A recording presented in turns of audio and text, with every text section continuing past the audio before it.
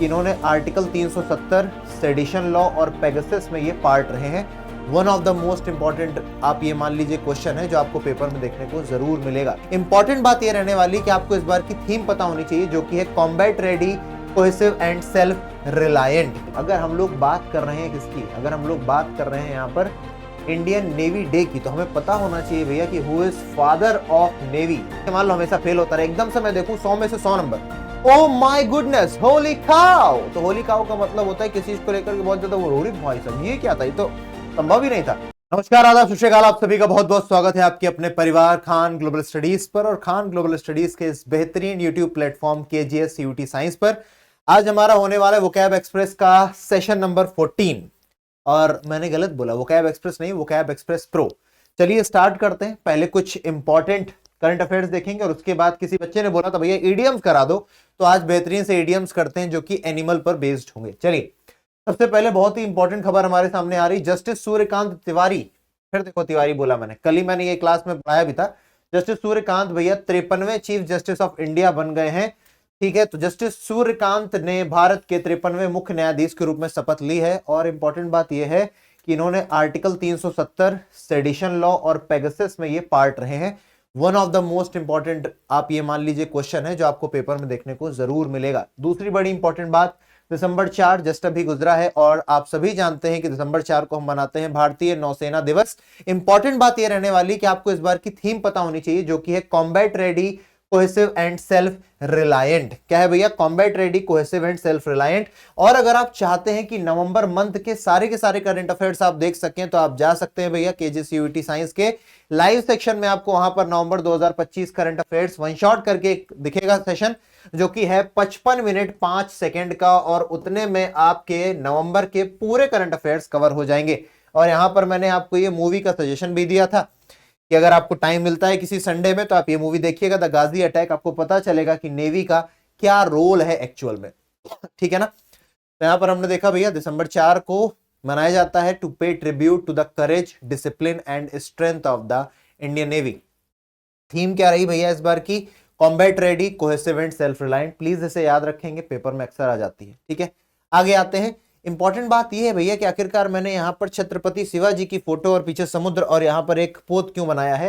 मैंने इसलिए बनाया है क्योंकि अगर हम लोग बात कर रहे हैं किसकी, अगर हम लोग बात कर रहे हैं यहाँ पर इंडियन नेवी डे की, तो हमें पता होना चाहिए भैया कि who is father of navy. Father of navy in India किसे बोला जाता है भैया? तो वो बोला जाता है छत्रपति शिवाजी महाराज को। क्यों बोला जाता है? क्योंकि उन्होंने भारतीय नौसेना के जनक कहते हैं, क्योंकि उन्होंने कोंकण तट, आपने देखा है भैया इस तरीके से हमारा भारत का नक्शा है, यहां से आपका गुजरात है, तो गुजरात से इधर वाला जो पार्ट है ये कोंकण तट है। तो इस कोंकण तट पर इन्होंने भैया नौसैनिक बेड़ा तैयार किया था, किससे लड़ने के लिए? पुर्तगालियों से, ब्रिटिशर से और सिद्धीस से लड़ने के लिए। इसीलिए इनको माना जाता है father of Indian naval forces. यहां पर आपको फोटो दिखाई दे रही है इनकी भैया, छत्रपति शिवाजी महाराज। चलिए ईडियम्स पर आते हैं, आज बेहतरीन से ईडियम्स करते हैं। तो पहला ईडियम हमारे सामने, पहले तो आप ये देखिए, what does this idiom mean. यार ये एक बड़ी टाइट सी रस्सी पर चल रहा है और अगर ये बंदा गिर गया तो भैया मामला खत्म हो जाएगा, गड़बड़ा जाएगा मामला। क्योंकि अगर ये सावधानी नहीं बरती, थोड़ा सा भी अगर इसने इधर उधर किया तो भैया सिस्टम बिगड़ जाएगा। तो ये आपका ऑप्शन नंबर क्या हो जाएगा? Option number C, walk on a tight rope, जिसका मतलब है to be in a difficult, risky और डेलिकेट सिचुएशन, किसी रिस्की खतरनाक सिचुएशन में होना। That requires extremely careful and cautious behaviour, जो रिक्वायर करती है, जिसमें नीड है कि आप बहुत ज्यादा कॉशियस रहें, बहुत ज्यादा समझदारी के साथ बिहेव करें, ताकि आप अवॉइड कर सकें निगेटिव आउटकम को, किसी भी नकारात्मक रिजल्ट को बचा सकें। उसके लिए जरूरी है walking on a tight rope. In hot water का मतलब क्या होता है? इन हॉट वाटर का मतलब होता है in trouble. In hot water का मतलब है इन ट्रबल, समस्या में होना। डे लाइट रॉबरी का मतलब क्या है? कोई जघन्य अपराध जो कि दिन दहाड़े हो रहा हो। आप पेनी फॉर योर थॉट्स, इसका आप लोग कमेंट सेक्शन में बताएंगे आंसर। दूसरा हमारे पास ईडियम है ईगर बीवर। क्या है भैया? Eager beaver. ईगर बीवर का मतलब क्या है? एक ऐसा व्यक्ति जो कि एक्साइटेड रहता है किसी सर्टेन काम को लेकर के। जैसे आदित्य भैया is the eager beaver when it comes to study, when it comes to teaching. तो आदित्य भैया जो तुम्हारे हैं, मैं अपनी बात कर रहा हूं, मैं एक ईगर बीवर हूं, यानी कि मैं एकदम एंथुजियास्टिक रहता हूं, बहुत ज्यादा एक्साइटेड रहता हूं जब पढ़ाने की बात आती है। उसी पर एग्जांपल भी देखते हैं कि ever since he got his new drill set, जब से उसको नया ड्रिल सेट मिला है, my husband has been an eager beaver around the house, पूरे घर में भैया ईगर बीवर एकदम पूरा एक्टिवली घुमा करते हैं। ठीक है, तो ईगर बीवर याद रखेंगे एक व्यक्ति जो कि एक्साइटेड रहता है अबाउट डूइंग सर्टेन वर्क, जैसे कि जो बच्चे होते हैं are always eager beaver for going somewhere out, है ना, बाहर जाने के लिए ईगर बीवर रहते हैं, है ना। जो अक्सर घर में लड़कियां होती हैं या फिर जो महिलाएं होती हैं उनको बड़ा जल्दी घूमने का और शॉपिंग के लिए बड़ा एक्साइटेड रहती हैं, तो ladies are always eager beaver for shopping. ठीक है, घर पे बोलना मत वरना डंडे चलेंगे, बस पढ़ लो और याद कर लो और आगे बढ़ो। चलिए नेक्स्ट है फिशी। आपने सुना होगा भैया, सीआईडी कभी देखा होगा, कुछ तो गड़बड़ है दया, कुछ तो गड़बड़ है। हाँ हाँ हाँ हाँ हाँ, फिशी का मतलब क्या होता है, कुछ सस्पिशियस होना, कुछ गड़बड़ होना, उसे हम बोलते हैं सस्पिशियस। तो ऑड या फिर सस्पिशियस को हम फिशी बोलते हैं। I knew something fishy. I knew something fishy was going on when I saw all of my friends' car in my mom's driveway. जब मैंने देखा कि भाई मेरे दोस्तों की सबकी गाड़ियां घर के बाहर खड़ी, इसका मतलब कुछ तो गड़बड़ है, कुछ तो कांड घटित हुआ है। तो फिशी का मतलब है संदिग्ध, ऑड, सस्पिशियस। उसके बाद होल्ड योर हॉर्सेस, कहते हैं अरे भैया थोड़ा थम जाओ, थोड़ा घोड़े से उतर जाओ। कुछ लोग नहीं हमेशा एकदम हाँ हाँ चलो कर देते हैं, एकदम उतावले रहते हैं किसी चीज के लिए उनके लिए बोलते हैं होल्ड योर हॉर्सेस, थोड़ा थम जाओ, थोड़ा आराम से, हौड़ी हौड़ी गिद्दे विच, है ना। तो होल्ड योर हॉर्सेस का मतलब है वेट एंड बी पेशेंट, थोड़ा आराम से बात करते हैं ना। Let's hold your horses, let's hold our horses and talk on a basic manner. Hold your horses, I will be done in the washroom in a minute. कुछ लोग नहीं, मान लो तुम बाथरूम में हो, तुम फ्रेश हो रहे हो या फिर कुछ कर रहे हो, भैया बाहर जल्दी जल्दी जल्दी बाहर आओ, जल्दी जल्दी जल्दी बाहर आओ, जल्दी जल्दी जल्दी बाहर आओ। अक्सर शादी वादी विवाह वाले घर में ऐसा जरूर होता है भैया, घर में होते हैं 70-80 लोग, ठीक है, बाथरूम बना है घर में, एक गांव की शादी है, अब सबको बाहर, अब लोग थोड़ा सही होगा नहीं, पहले बाहर ही चले जाते थे कि चलो बाहर चले गए, अब एक ही बाथरूम में सब बड़बड़ा रहे हैं भैया, है ना, सुबह 7:30-8 बजे सबको एकदम टाइट मामला है, जल्दी जल्दी जल्दी जल्दी। तो भाई अरे होल्ड योर हॉर्सेस, 1 मिनट में आ रहा हूं भैया। चलिए होली काउ, होली काउ का मतलब क्या भैया, होली काउ का मतलब है भैया wow, I am surprised, oh my God. अगर कोई व्यक्ति देखे कि भाई मेरे, मान लो मेरा एक बच्चा है, तो सच में यार मान के लो है मेरा बच्चा, ठीक है ना, वो हमेशा फेल होता रहे, यार मैं ऐसा क्यों बोल रहा हूँ, ठीक है मान लेता हूँ यार, होगा नहीं वैसे मेरा बच्चा, हो भी सकता है यार, ऐसा कुछ नहीं होता, ठीक है, मान लो हमेशा फेल होता रहे, एकदम से मैं देखूं 100 में से 100 number, oh my goodness Holi cow. तो होली काउ का मतलब होता है किसी चीज को लेकर के बहुत ज्यादा वो, भाई साहब ये क्या था, ये तो संभव ही नहीं था। Holi cow, I can't believe you at everything on your plate. भाई साहब तुम तो सब कुछ खा गए, तुम जो 2 रोटी नहीं खा पाते थे तुमने सब कुछ उड़ा दिया, सब सफा shut. Horse around, horse around का मतलब क्या है भैया, कुछ लोग नहीं होते हैं बहुत ही खतरनाक तरीके से रफ खेलते हैं कि भैया अगर खेलेंगे तो एकदम घर में ऐसी की तैसी मचा देंगे, बर्तन तोड़ फोड़ देंगे, कपड़े निकाल देंगे, बिस्तर की ऐसी तैसी कर देंगे। कभी कभार कुछ बच्चे घर में आते होंगे, उनको गलती से खेलने को बोल दो, मान लो बैठे हैं सोफे पे आराम से, हम नहीं खाएंगे हम नहीं खाएंगे, उसको ज्यादा फ्रेंडली कर दो, वो भैया दे स्टार्ट हॉर्सिंग अराउंड, मतलब कि वो फिर ऐसा गंदा वाला खेलते हैं कि तुम्हारे सोफा का पूरा कवर अवर खींच देंगे, नोच देंगे, चाय वाय फैला देंगे, दाल मोट बिस्कुट ऐसी तैसी एकदम दीवालों फेंक देंगे, जाकर के तुम्हारे कमरे में बेडरूम में जाकर के चदर वदर खींच लाएंगे, टेढ़ा मेढ़ा कर देंगे तुम्हारे को, तुमको उड़ा के फेंक देंगे। ऐसे रफ खेलने वालों को हम बोलते हैं हॉर्स अराउंड। तो यहां पर आ गया प्ले रफली, बहुत रफ तरीके से खेलना, जैसे ये देख रहे हो कैसे रफली खेल रहा है।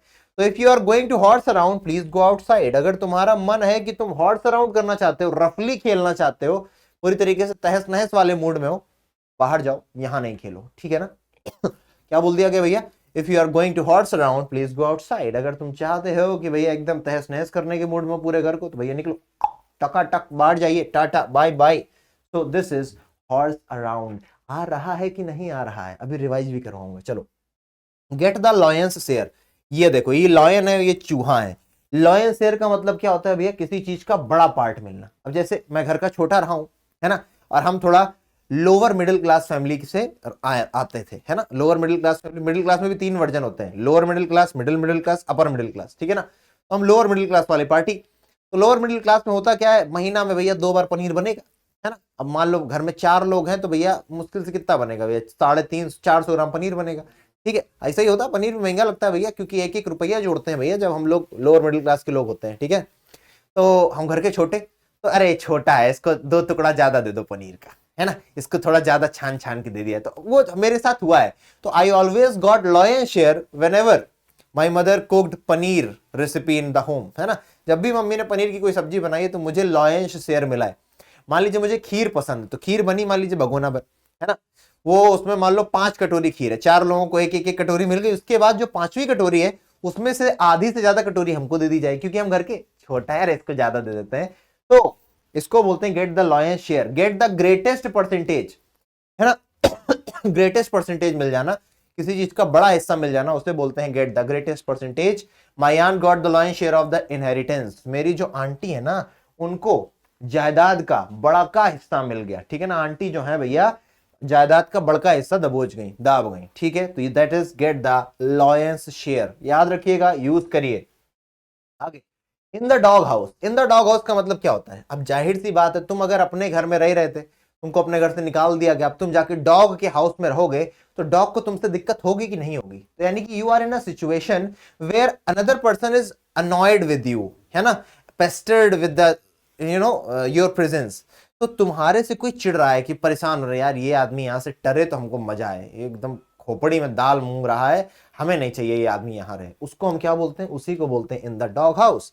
लिखा भी है in a bad situation because someone is angry at you. यहां पर देख लीजिए, in trouble with another person, आप किसी इंसान के साथ ट्रबल में है ना, आप गुस्सा है कोई आपसे, ठीक है।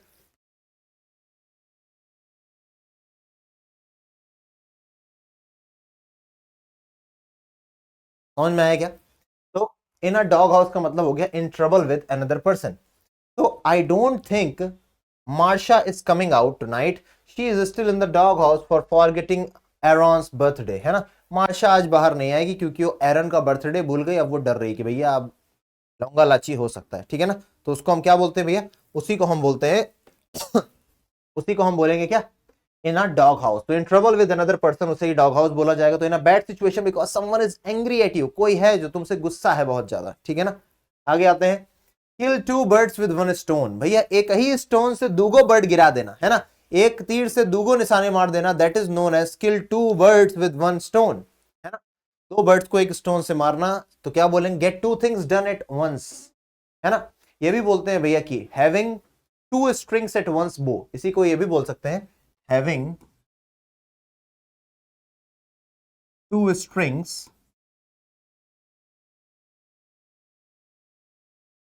Eight once bow. किसी के धनुष पर अगर दो कमानियां हैं तो एक टूट भी जाएगी तो दूसरे से काम कर ले जाएगा, है ना। किसी काम को करने के दो साधन होना, और यहां पर भैया एक ही तीर से दो निशाने मारे जा रहे हैं।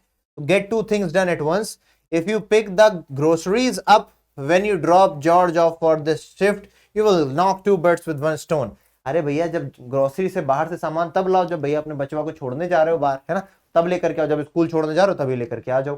तो kill two birds with one stone, है ना। अक्सर आप ये बात बोल सकते हो कि मम्मी मैं बाहर जा ही रहा हूं, आप बताओ कुछ सामान लाना हो तो ले आऊंगा, इसी बारे तो अपने दोस्त से भी मिल लोगे, है ना, और सामान भी आ जाएगा, ठीक है। तो इस तरीके से तुम क्या करोगे? In this way you will be killing two birds with one stone. समझ में आ रहा है क्या? अब जाहिर सी बात है, क्योंकि तुमको ये वाले सेशन सब रिकॉर्डेड मिल रहे होंगे, तो तुम्हें सीधा कंटेंट मिल रहा है, तुम्हें बहुत ज्यादा फन टाइम का लैप्स नहीं मिल रहा है। ये तुम्हारे लिए अच्छा है, क्योंकि अब ये सेशंस जो मैं 45 मिनट में चीजें होती थी, अब वो काम 15 मिनट 20 मिनट में हो जाया करेंगे, तुम्हारा समय बचेगा।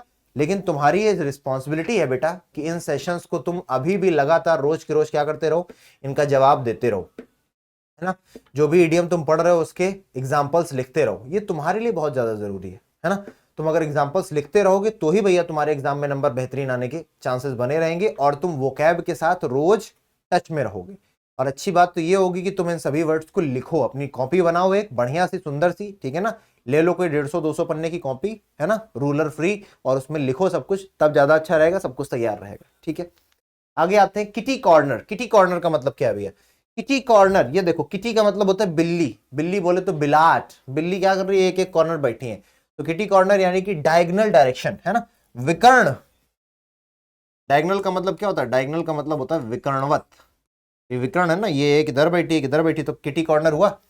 तो the gas station is kitty corner to the library, library से जस्ट डायगोनल पड़ता है गैस स्टेशन, ठीक है ना। तो अब मान लीजिए कोई चीज एकदम तिरछी पड़ रही है, तो इसके लिए क्या बोलोगे? ओ that's kitty corner from that point, ठीक है ना।